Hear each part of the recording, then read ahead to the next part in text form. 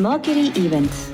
உங்க ஈவெண்ட்ஸை எங்களோட பிளான் பண்ண இப்போவே ஸ்க்ரீன்ல தெரியிற நம்பருக்கு கால் பண்ணுங்க.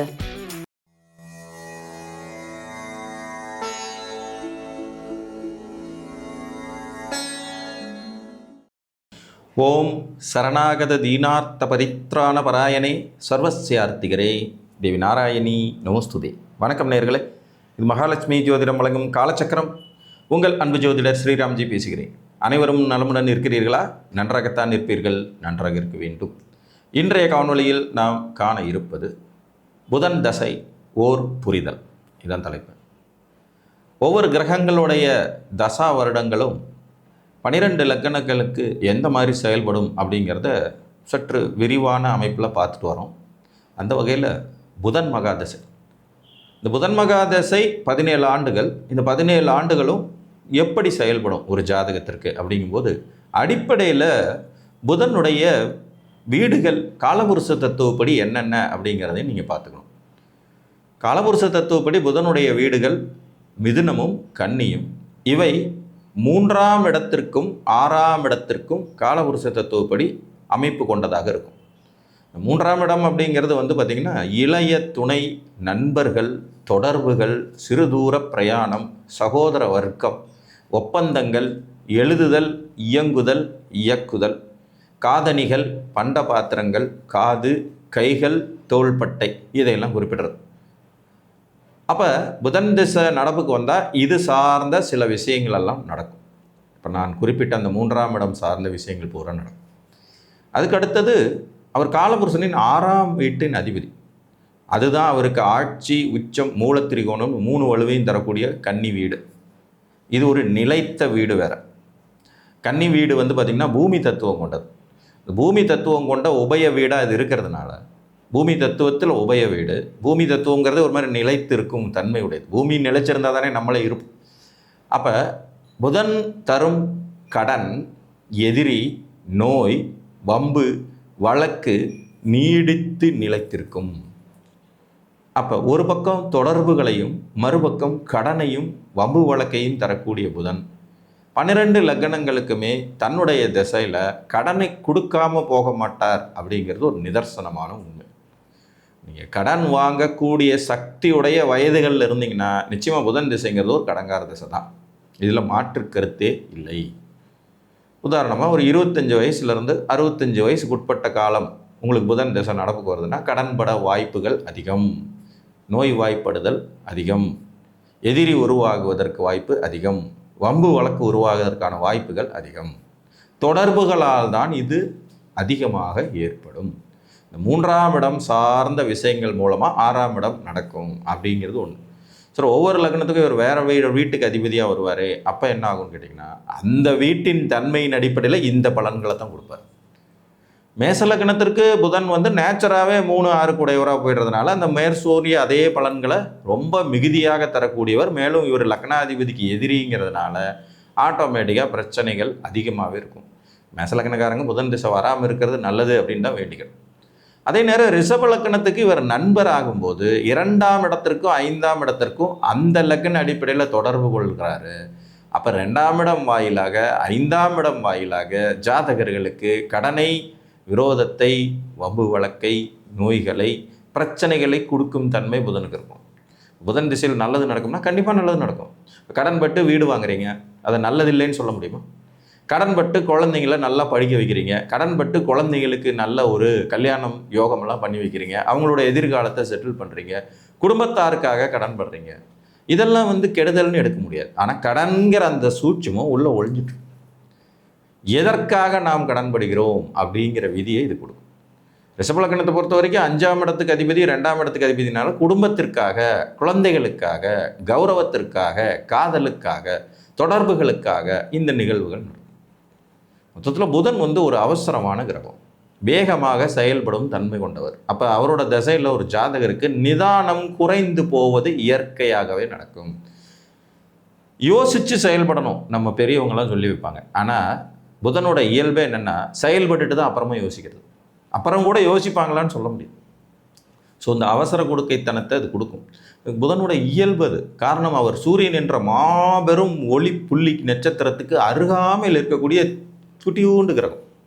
அவர் அவ்வளோ வேகமாக செயல்படலைன்னா பூமி சூரியனுடைய ஈர்ப்பு விசையினால் அவர் ஒன்றுமே இல்லாமல் போயிடுவார். ஸோ அந்த வேகமாக செயல்படுதல் என்பது புதன் திசை வந்தோடனே எல்லாருக்கும் வந்துடும். அதே மாதிரி விளையாட்டுத்தனமும் புதன் திசையில் வந்துடும். சீரியஸ்னஸே இருக்காது. எது நடந்தாலும் பார்த்துக்கலாம் இன்றைக்கி 1 கோடி ரூபா லாஸ்பா, பரவாயில்ல பார்த்துக்கலாம் அப்படிங்கிறது மாதிரி அடுத்ததுன்னு ஓடிக்கிட்டே இருப்பாங்க. அவசரம் மட்டுமே இருக்குமே ஒழிய அதில் நமக்கு லாபம் இருக்காங்கிறது பேச்சே இருக்காது. 5 ரூபாயில் முடிய வேண்டிய ஒரு வேலையை 50 ரூபாய்க்கு முடிப்பாங்க. 5 ரூபாயில் முடிஞ்சிருந்தா அது சாயந்தரம் 6 மணிக்கு முடிஞ்சிருக்கும் அந்த வேலை. இவங்க 50 ரூபாய்க்கு மத்தியானம் 12 மணிக்கு முடிச்சுட்டு நான் பார்த்தியா நினச்சோடனே முடிச்சிட்டேன் அப்படின்னு சொடக்கு போட்டு வேறு பெருமை பேசிக்குவோம்.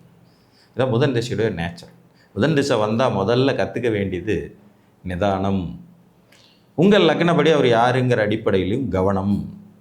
அதன் மூலமாக உங்களை கடன்காரனாக்கிறதுக்கு, நோயை கொடுப்பதற்கு, வம்பு வழக்கை தருவதற்கு வாய்ப்பு இருக்குது. எச்சரிக்கை.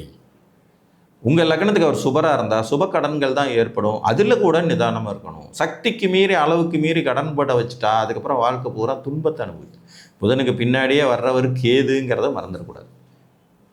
வாழ்க்கையை வெறுக்க வைக்கிற கிரகமும் கேது. மிதுன லக்னத்துக்கு 1 4ஆம் இடத்து அதிபதிங்கிறதுனால சுயமான முயற்சிகள், வீடு கட்டுறது, சொத்து சேர்க்கிறது, உயர்கல்விக்கான கடன்களை ஏற்படுத்திக்கிறது, இடம் வாங்குறது, தோட்டம் வாங்குறதுங்கிற மாதிரியான விஷயங்களில் பண்ணுவாங்க. ஏற்கனவே மிதுன லக்னம் ரொம்ப ஸ்பீடான லக்னம்.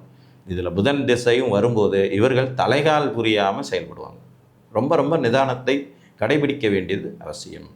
கிரகத்தினுடைய இயல்புப்படி வேகமாக தான் செயல்பட்டாகணும்னாலும் கூட அந்த வேகம் நமக்கு சோகமாக மாறிவிடக்கூடாது. கடகலக்னக்காரங்களுக்கு புதன் நல்லவரே இல்லை. தேவையில்லாத தொடர்புகள், ரகசிய தொடர்புகள், அதனால் வம்பு வழக்குகள், கோர்ட்டு கேஸு பிரச்சனைகள் போன்றவற்றை உருவாக்கிவிடும் தன்மையுடையவர். ஸோ புதன் திசை நடக்கும்போது நீங்கள் மிகவும் எச்சரிக்கையுடன் விழிப்புணர்வுடன் இருக்க வேண்டியது அவசியம். உங்களுக்கு அவர் பெருசாக நல்லது பண்ணிடுவார்னு எதிர்பார்க்கவே முடியாது. சிம்ம லக்னத்துக்கு ஒரு மாதிரி 50-50 சாய்ஸ். அவர் 2 நல்ல ஆதிபத்தியங்களை பெறுவார். 2ஆம் இடம் 11ஆம் இடங்கிறது இது மகாதன யோகத்தினுடைய ஒரு சூட்சமமான அமைப்பாயும் வரும்.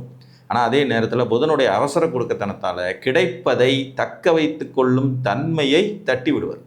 சூரியனோடு சேர்ந்த புதனாக உட்காந்துட்டார்னா ப்ராப்ளம் குறைவு. 2ஆம் இடத்துலையோ லக்னத்திலையோ 11ஆம் இடத்துலையோ சூரியன் புதன் இணைஞ்சிருக்கிற நிலையில் புதன் திசை நடக்கிற சிம்ம லக்னக்காரங்க கொடுத்து வச்சவங்கன்னே சொல்லலாம். இவங்க அனைத்தையும் மீறி வெற்றி பெறும் வாய்ப்புகளும் அதிகம். கன்னிகா லக்னக்காரங்களுக்கும் இவர் லக்னாதிபதி. லக்னத்திலே ஆட்சி உச்ச மூல திரிகோணம் பெறவங்க. சொந்த தொழில் செய்கிறதுக்கு தூண்டி விட்டு கடன்காரனாக்கிறதுல புதன் ஒரு ஸ்பெஷலிஸ்ட்டு. கண்டதே காட்சி கொண்டதே கோலம் அப்படிங்கிற விதியின்படி வாழ்வியலை நடத்தும் தன்மையை தரக்கூடிய கிரகம் புதன். அதனால தான் இந்த மிதுனமும் கன்னியும் இந்த மாதிரியான விஷயங்கள் போய் மாட்டிக்கிட்டு நிறைய ப்ராப்ளங்களை சந்திக்கும். முறை தவறிய தொடர்புகளை கொடுக்கக்கூடிய கிரகம் புதனுங்க. முறை தவறிய தொடர்புகள். கல்யாணம் ஆயிடுச்சு, குழந்தைங்க இருக்காங்க, நல்ல வாழ்க்கை 10 வருஷம் நல்ல விதமாக போயிட்டுருக்கு, திடீர்னு குறுக்க ஒரு தொடர்பு வரும். இல்லீகல் கான்டாக்ட்ஸ், அஃபேர்ஸ், அது வாழ்க்கையை அப்படியே புரட்டி போட்டு போகும். புதன் வலுத்தவங்களாம் இந்த விஷயத்தில் ரொம்ப எச்சரிக்கையாக இருக்கும். புதனின் வலு தேவையற்ற தொடர்புகளை தரும் விதியுடையது. கவனம்.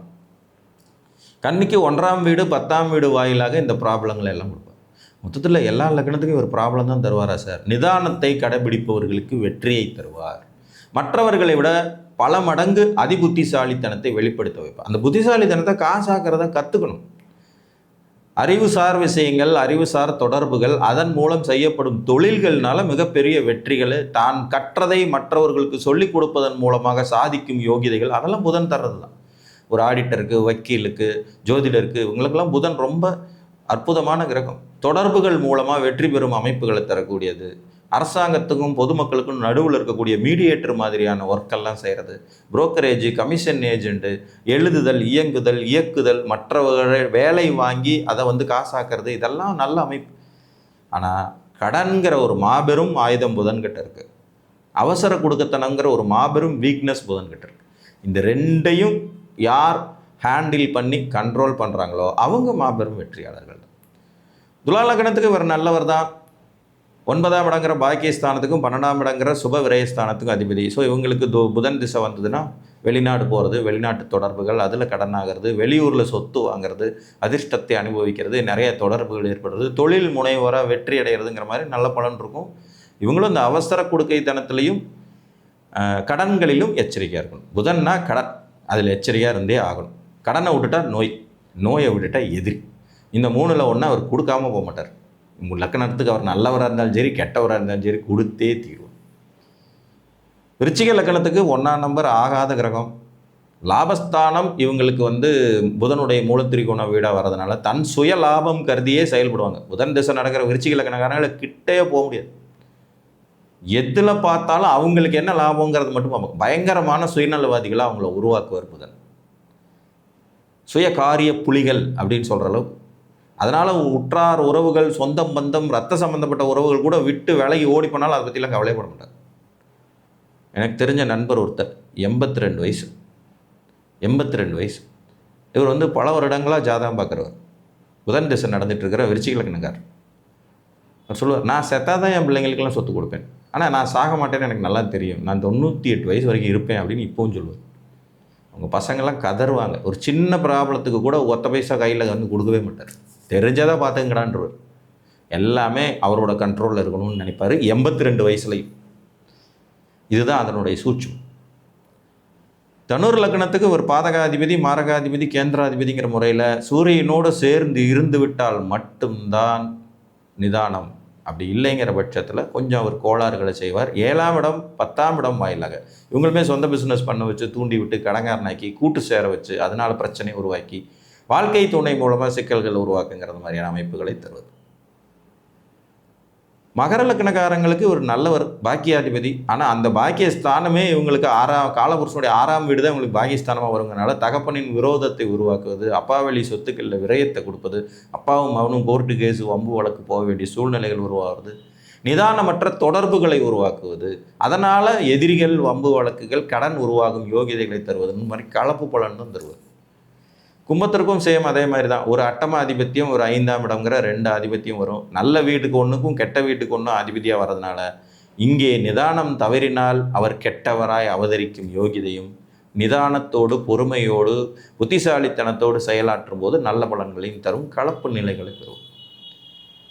மீன லக்னத்துக்கு இவர் பாதகாதிபதி, கேந்திராதிபதி, மாரகாதிபதி. 4ஆம் இடம் 7ஆம் இடம் வாயிலான துன்பங்கள், அதனால் வரக்கூடிய பிரச்சனைகள், சொத்து பத்து சுகங்களால் வரக்கூடிய சிக்கல்கள், வாகன ரீதியாக வர பிரச்சனைகள், உயர்கல்விக்காக வரக்கூடிய சிக்கல்கள், பிரச்சனைகள், இதையெல்லாம் கொடுக்கறது. வாழ்க்கை துணை மூலமாக வரக்கூடிய பிரச்சனை, வாழ்க்கை துணைக்கும் இவருக்கும் ஆகாமல் போயிடுறது, வாழ்க்கை துணை நோய்வாய்ப்பட்டு அதனால் வரக்கூடிய செலவினங்கள், கடன்கள், ப்ராப்ளங்கள், கூட்டு தொழிலினால ப்ராப்ளங்கள்ங்கிற மாதிரி அதை கொடுக்கக்கூடியவர். லக்னத்துக்கு நல்லவராக இருந்தாலும் கெட்டவராக இருந்தாலும் புதன் திசையில் நீங்கள் 2 விஷயத்தை கண்டிப்பாக ஃபாலோ பண்ணணும். ஒன்று, ஒரு முறைக்கு 100 முறை யோசிங்க. 2வது, கடன் படுவதை முற்றிலும் தவிர்க்க பாருங்கள். கடன் இல்லாமல் வாழ்ந்து பாருங்கள்.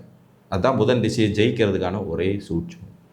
உங்கள் ஜாதகத்தில் புதனின் நிலை என்ன என்பதை பார்த்து அறிந்து கொள்ளுங்கள் என்று கூறி மீண்டும் ஒரு காணொளியில் உங்களை சந்திக்கும் வரை உங்களிடமிருந்து அன்புடன் விடைபெற்றுக் கொள்வது உங்கள் அன்பு ஜோதிடர் ஸ்ரீராம்ஜி. நன்றி, வணக்கம்.